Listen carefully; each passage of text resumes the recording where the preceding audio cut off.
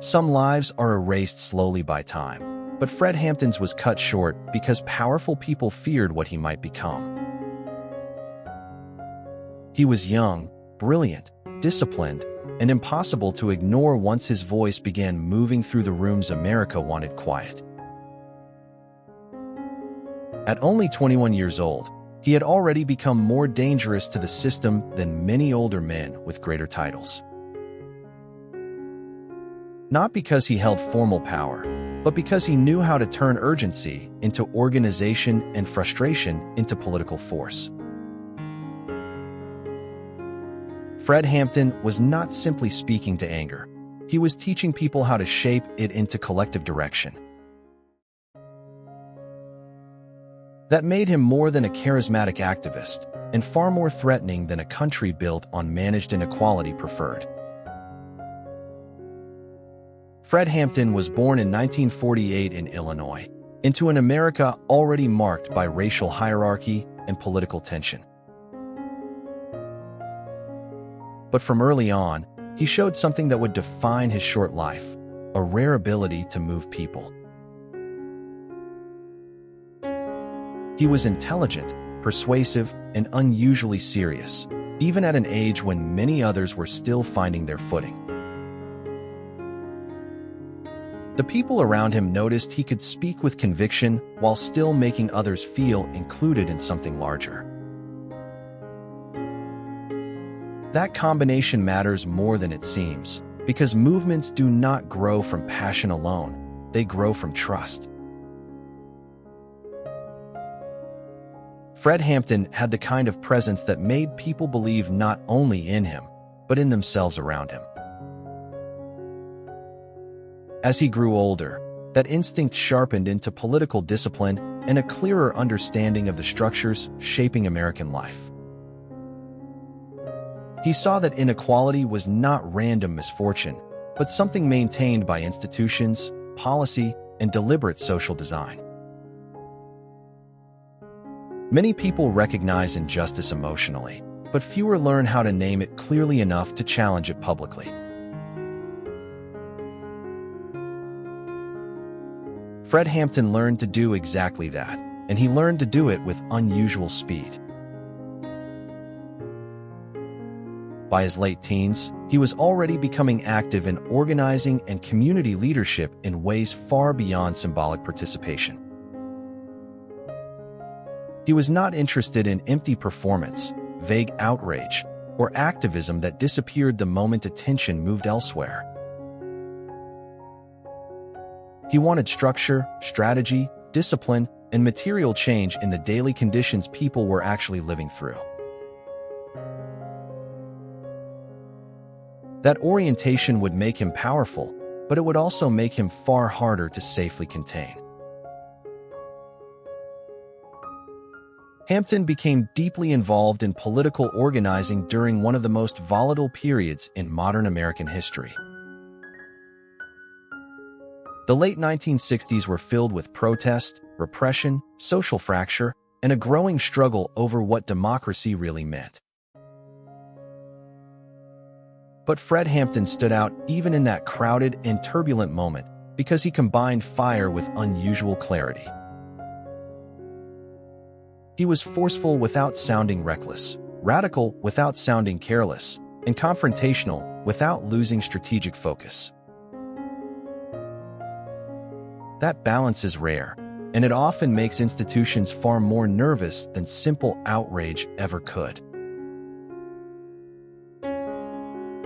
Because outrage can be dismissed, but disciplined leadership with growing influence begins to look like a future. Hampton rose through the Illinois chapter of the Black Panther Party and quickly became one of its most compelling young figures. But to reduce him to a title alone would miss the broader significance of what he was actually building. He was not just organizing speeches or appearances. He was helping construct political community from the ground up. He understood that people needed not only rhetoric, but food, education, solidarity, and a reason to believe collective action mattered. That is why his influence expanded beyond narrow ideology and reached people who might never have been drawn by slogans alone. He was speaking to conditions, not abstractions, and that made his message harder to dismiss as theatrical extremism. One of Fred Hampton's most remarkable qualities was his ability to build alliances across lines many assumed could never be crossed. He understood that systems of inequality survive partly by keeping different groups suspicious, divided, and politically isolated from one another. So instead of feeding separation, he worked to create unity rooted in shared material struggle and common pressure from above. That kind of coalition building made him especially dangerous to those invested in keeping communities fragmented and manageable. He was young, but he was already thinking beyond performance and toward durable political infrastructure. And once someone begins building that kind of future, surveillance often arrives long before public recognition does. Fred Hampton was watched, monitored, and treated not as a citizen with ideas, but as a problem to be neutralized. The language of threat began surrounding him not because he lacked legitimacy, but because he was gaining too much of it. This is one of the oldest patterns in American power: pathologize the people who become too effective to ignore. Once that process begins, the public story often gets shaped to make suppression feel reasonable, necessary, or even invisible. Hampton continued speaking, organizing, and building despite growing pressure, because retreat would have betrayed everything he believed mattered. He remained committed to practical programs and disciplined political work even while scrutiny around him intensified. That is important because his story is often flattened into confrontation while the actual substance of his work gets sidelined.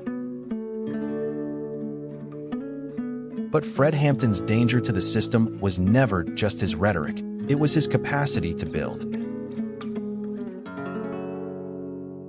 He was helping people imagine a version of political life less dependent on fear, abandonment, and institutional permission.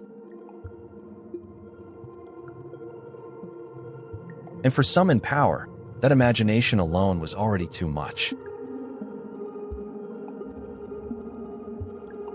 In December 1969, Fred Hampton's life came to its violent and devastating end during a police raid in Chicago. 50, he was only 21 years old, still in the earliest stage of a life that had barely begun unfolding. The official framing of what happened has been debated, scrutinized, and challenged ever since, and for good reason. Because when young leaders die under state force, the truth rarely arrives cleanly or without a fight. What is clear is that Fred Hampton did not simply disappear into history through accident or natural obscurity. He was removed at the exact moment his future was becoming harder for powerful institutions to comfortably contain. That fact alone keeps his story alive with a level of moral urgency many historical biographies never reach. He became, in death, a symbol of political suppression, but symbols can also flatten the living person underneath. So it matters to remember not only how he died, but how fully he was living before that happened. He was strategic, disciplined, funny, persuasive, intellectually sharp, and deeply committed to building something larger than himself. He was not just a warning from history, but an unfinished possibility that history never allowed to mature. That may be the most haunting part of all. not only what Fred Hampton was, but what he might have become. America often memorializes the people it first tried hardest to contain, once their immediate danger to power has passed.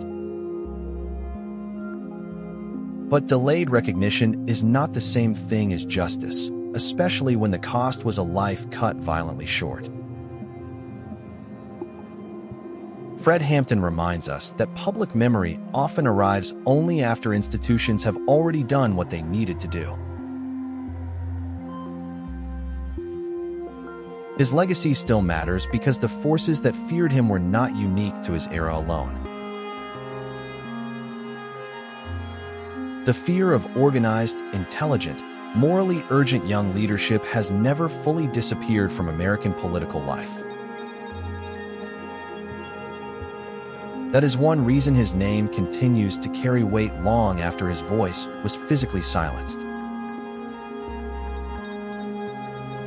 He represents not only resistance, but the frightening power of a future that begins teaching people to move together. And history has often shown that nothing alarms entrenched power more than solidarity becoming disciplined enough to last. Fred Hampton did not vanish because he mattered too little, but because he was beginning to matter far too much. The country did not merely lose a young activist, it lost a future many people had already started to believe in. That is why his story still lands with such force, because it asks what was destroyed before it could fully emerge. And if his story stayed with you, the next may be just as unsettling. Smedley Butler, The War. Hero who claimed America's powerful men once tried to recruit him into betrayal.